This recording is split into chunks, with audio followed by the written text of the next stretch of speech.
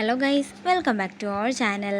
അങ്ങനെ ജയറാമിൻ്റെ ചടങ്ങുകളെല്ലാം തന്നെ അവസാനിച്ചിരിക്കുകയാണ്. മീനാക്ഷിയെ കൂട്ടിക്കൊണ്ടുപോകാനായി ഇന്ദ്രജ ഒരു ശ്രമം നടത്തുന്നുണ്ടെങ്കിലും നന്ദിനി അങ്ങോട്ടേക്ക് വരുമ്പോഴേക്കും മീനാക്ഷിയുടെ മനസ്സ് മാറുകയാണ്. എൻ്റെ ദൈവമേ വിട്ട് ഞാൻ എങ്ങോട്ടേക്കും വരില്ലെന്ന് മീനാക്ഷി പറയുമ്പോൾ ദേഷ്യത്തോടെ ഇന്ദ്രജ മീനാക്ഷിയെ ശപിച്ചുകൊണ്ട് അവിടെ നിന്നിറങ്ങി പോകുന്നു. പിന്നീട് കാണിക്കുന്നത് സ്റ്റേഷനിലേക്ക് പോകാനായി ഒരുങ്ങിയിറങ്ങുന്ന കാർത്തിയെയാണ്.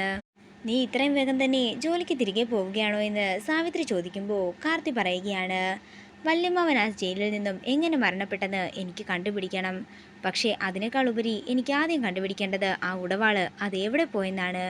എന്താണെങ്കിലും ഞാനത് കണ്ടുപിടിച്ചിരിക്കും. അത് കൊണ്ടുപോയത് ആരാണെങ്കിലും ഞാൻ അവരെ ഒരിക്കലും വെറുതെ വിടാനേ പോകുന്നില്ലെന്നും കാർത്തി ദേഷ്യത്തോടെ പറയുമ്പോൾ ഇതെല്ലാം കേട്ട് പേടിയോടെ നിൽക്കുകയാണ് സാവിത്രി. അമ്മ എന്നെ അനുഗ്രഹിക്കണം.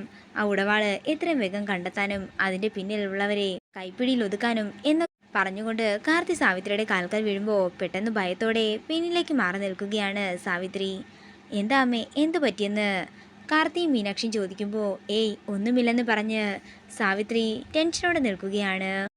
ഉടവാളെടുത്തത് സാവിത്രിയാണെന്ന് തെളിയുമോ?